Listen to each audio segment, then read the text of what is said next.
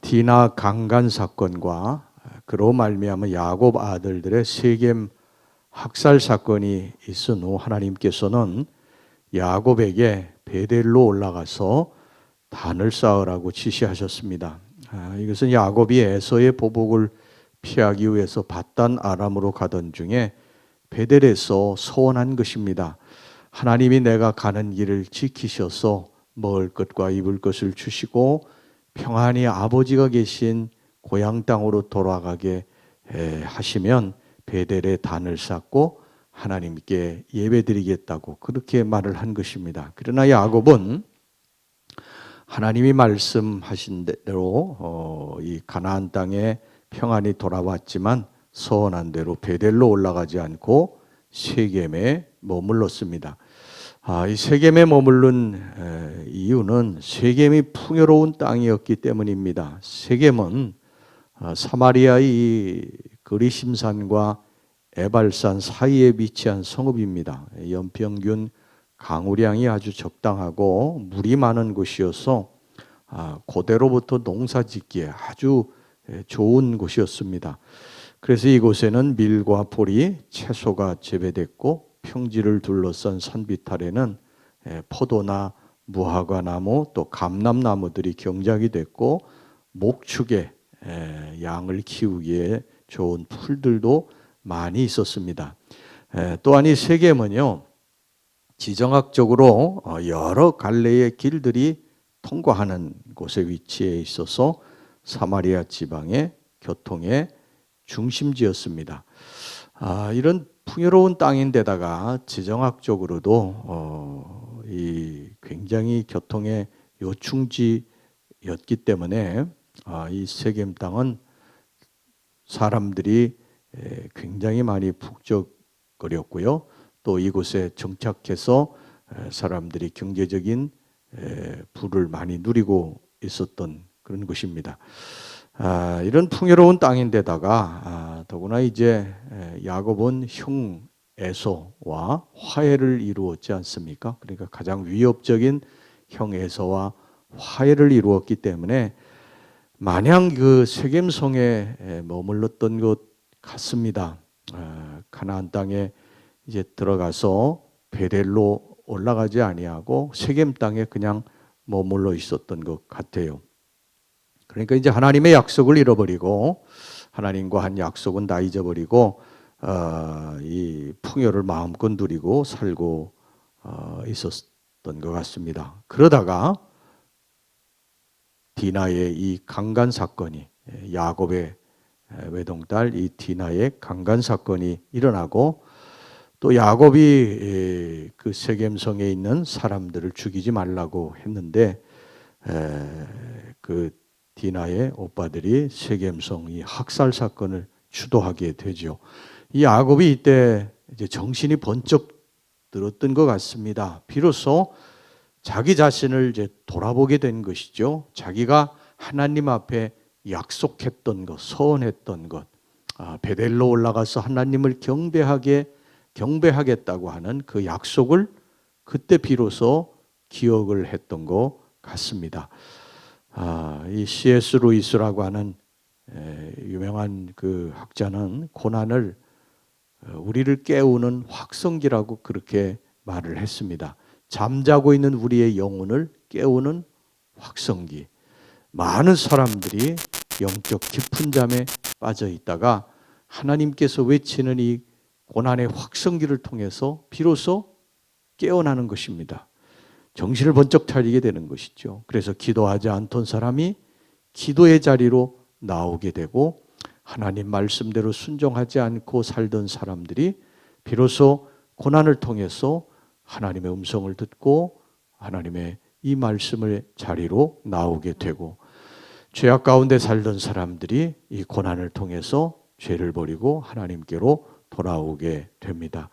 야곱은 이런 디나의 자기의 딸의 강간 사건과 그리고 그 세겜성에 있는 사람들의 살육 사건을 통해서 하나님을 비로소 다시 또 찾게 됩니다. 그동안에 이 세겜성에서 너무 풍요로운 곳에 빠져서 하나님을 잃어버리고 하나님하고 서운한 것도 다 잊어버리고 우리가 살던 이 야곱이 비로소 이제 다시 하나님을 바라보게 되고 하나님과 한 선을 이제 깨닫게 된 것입니다. 우리 인간이 참 어리석은 것이요. 고난이 오기 전에 하나님을 생각하고 하나님 바라보고 하나님 사랑하고 살면 얼마나 좋겠습니까? 그런데 고난이 온 이후에 꼭 그 고난이 온 후에 그것을 깨닫습니다. 이게 정말 어리석은 것이죠. 하나님이 우리에게 경고를 보내실 때가 있습니다. 너 그렇게 살면 안 된다. 너 그 길로 계속 가면 안 된다. 하나님이 경고를 보내시거든요. 우리들에게 여러 가지 그러한 그 상황들이 잘못했을 때 그냥 우리들을 바로 징계하시는 것이 아니라 하나님 경고하십니다. 그 길로 가면 안 된다. 너 계속 이 일을 하면 안 된다. 너 이렇게 살면 안 된다. 하나님이 우리들에게 경고하세요. 여러분 우리가 그때 돌이키셔야 됩니다. 그때 돌이키지 않으면 반드시 우리들이 그 길로 가지 못하도록 하나님께서 우리들을 막으시고 우리들을 또 때로 징계도 하시고 그러시는 거예요. 그때 이제 우리가 비로소 정신을 번쩍 차리는 그런 사람들이 있어요. 우리가 지금 아무리 부를 쌓고 또 뭐 지식을 쌓고 지위를 쌓았어도요. 절대 교만해서는 안 됩니다. 지금 뭐 평탄하다고 절대 교만해서는 안 됩니다. 하나님 앞에서 우리들이 쌓아놓은 것은 우리가 지금 누리고 있는 이것은요. 하나님이 주셔서 누리는 것이지 하나님이 걷어가시면 순식간에 다 건불처럼 사라지게 되는 것입니다. 그때 여러분 우리가 갈 곳이 어디 있어요? 하나님 앞에 갈 수밖에 없습니다. 보십시오.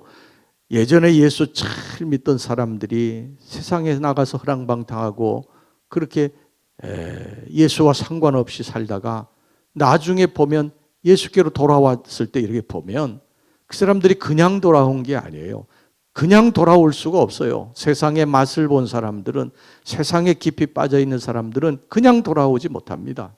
반드시 하나님으로부터 얻어맞고 그리고 낭패와 실망 당한 뒤에 예수께로 나오게 되는 거예요. 우리가 그렇게 살아서는 안 됩니다. 하나님 믿기로 작정했으면 이제 우리는 죽으나 사나 한 길로 가야 될 줄로 믿습니다.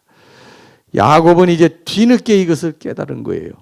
이 디나의 외동딸의 강간 사건과 그리고 이 세겜성의 학살 사건을 통해서 이것을 뒤늦게 깨닫고 베델로 올라가면서 이제 하나님 앞에 서원한 것이죠. 하나님 앞에 약속한 것을 비로소 이제 깨닫게 되고 그리고 이제 베델로 올라가면서 몇 가지를 준비하게 되는데 첫 번째 뭔 준비를 했느냐? 2절 말씀입니다. 야곱이 이에 자기 집안 사람과 자기와 함께한 모든 자에게 이르되 너희 중에 있는 이방 신상들을 버리고 자신을 정결하게 하고 너희들의 의복을 바꾸어 입으라. 야곱이 베델로 올라가기 전에 첫 번째 했던 것이 뭐냐면 우상을 버리고 몸과 마음을 정결케 했다는 것입니다. 그동안에 야곱이 섬겼던 우상, 야곱의 집에는 라헬이 그의 아내 라헬이 삼촌 라반의 삼촌 라반의 집에서 가져온 드라빔이 있었어요. 드라빔. 이 드라빔이라고 하는 그러한 지금으로 말하면 뭐 그 부처상 같은 걸 말하는 거죠. 그런 이방 어떤 신을 새긴 그런 조각상이 있었어요. 그거 들고 나왔지 않습니까? 라헬이 라반이 그거 찾으러 또 왔었고요. 창세기 31장에 우리가 이제 그걸 같이 배웠죠. 가나안 또 그것뿐만 아니라 가나안 신상들이 있었습니다. 이 가나안 신상들은 이 야곱의 아들들이 세겜 사람들을 그 사륙할 때 노력한 거예요. 빼앗은 것입니다. 이게 야곱의 집에 있었어요. 하나님을 믿는 하나님의 백성 집에, 하나님의 아들 집에 지금으로 말하면 뭐 예수의 상도 있고 뭐 부처의 상도 있고 뭐 기타 여러 가지 그러한 그 이방 상들을 만들어 놓고 그 앞에 아마 머리를 숙였던 것 같아요. 이것을 다 제거함으로써 하나님을 향한 신앙을 재점검하게 됩니다. 4절에 보면요, 야곱은 이 우상단지들을 상수리 나무 아래에 묻어버렸다 그랬습니다. 4절 보겠습니다. 4절 말씀. 그들이 자기 손에 있는 모든 이방 신상들과 자기 귀에 있는 귀고리들을 야곱에게 주는지라 야곱이 그것들을 세겜 근처 상수리 나무 아래에 묻고, 우리가 아버지께로 돌아오려면, 그래서 아버지께 돌아와서 첫 신앙을 회복하기 위해서는 마음의 우상들과 완전하게 결별해야 됩니다. 마치 죽은 자들을 땅에 묻듯이 완전한, 그래서 작별을 구하듯이 우리가 신처럼 떠받들고 사는 것, 가장 소중히 여기며 살던 것을 땅에 묻고 완전히 결별해야 됩니다. 그때 우리는 베델에서 만났던 하나님을 다시 만날 수 있게 됩니다. 여러분의 우상은 뭡니까? 여러분의 마음속에 있는 우상은 뭐예요? 여러분들이 가장 소중하게 생각하는 게 하나님입니까? 하나님 외에 다른 것이 여러분들의 마음속에 자리 잡고 있습니까? 그 우상들을 땅에 묻어버려야 됩니다.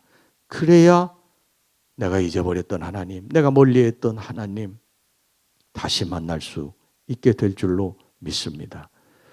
그 다음에 두 번째, 야곱이 한 일이 뭐냐면 베델로 나아가기 전에 몸과 마음을 깨끗이 하고 좋은 옷으로 갈아입었습니다. 그리고 가족들에게 옷을 바꿔 입도록 그렇게 했습니다. 여기서 이제 의복이라고 하는 거는요, 가나안 사람들이 입던 의복을 말합니다. 따라서 이 야곱이 옷을 바꿔 입도록 한 것은 가나안인들의 생활 풍습을 벗어버리라는 것입니다.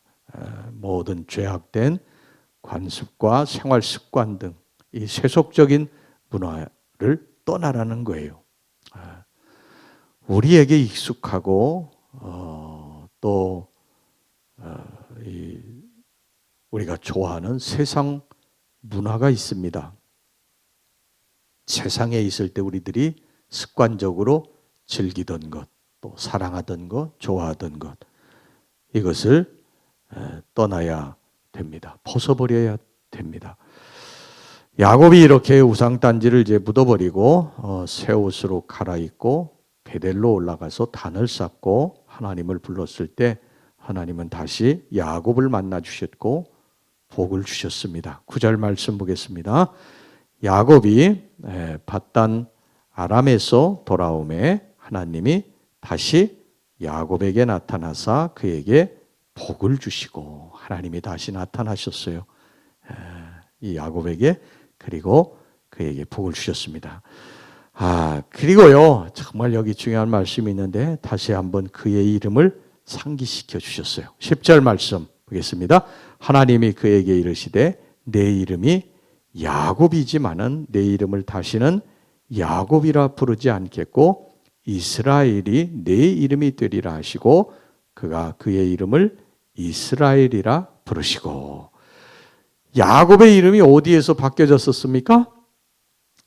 야복강에서 그의 이름이 바뀌어졌잖아요. 주의 사자와 씨름하다가 나를 축복하시지 않으면 못 가십니다 하고 붙들었을 때 주의 사자가 허벅지 관절을 쳐서 이 절뚝발이로 만들지 않습니까? 그때 이제 주의 사자가 야곱의 이름을 이스라엘이라고 바꿔주셨어요. 그런데 야곱은 그동안에 자기가 이스라엘이라고 하는 이름으로 바뀐 것을 다 잊고 사는 것입니다. 다 잊어버리고 산 거예요.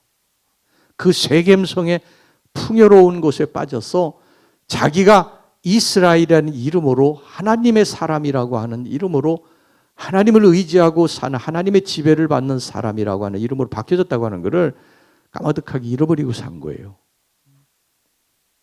하나님께서 이것을 다시 상기시켜 주신 것입니다. 너는 이제 옛날의 야곱이 아니야. 너는 내가 택한 나의 사랑하는 아들 이스라엘이야. 우리들에게 들려주시는 말씀이죠, 지금. 아들아, 딸아, 너는 세상에 속한 세상의 아들과 딸이 아니야. 너는 나의 딸이야. 나의 아들이야. 넌 성도야. 성도가 뭡니까? 세상과 구별된 사람들. 세상 속에 살지만 세상과 구별된 사람들이라는 뜻이에요. 우리가 성도입니다. 거룩한 백성입니다. 이것을 잊고 세상 문화에 이 야곱이 세겜성에서 가나안 땅 문화에 너무 익숙해서 거기 풍요에 빠져서 그렇게 살다가 얻어맞고 하나님께 한 대 얻어맞고 정신을 번쩍 차리고 다시 돌아온 것처럼 우리들도 정신을 번쩍 차리셔야 됩니다. 할렐루야.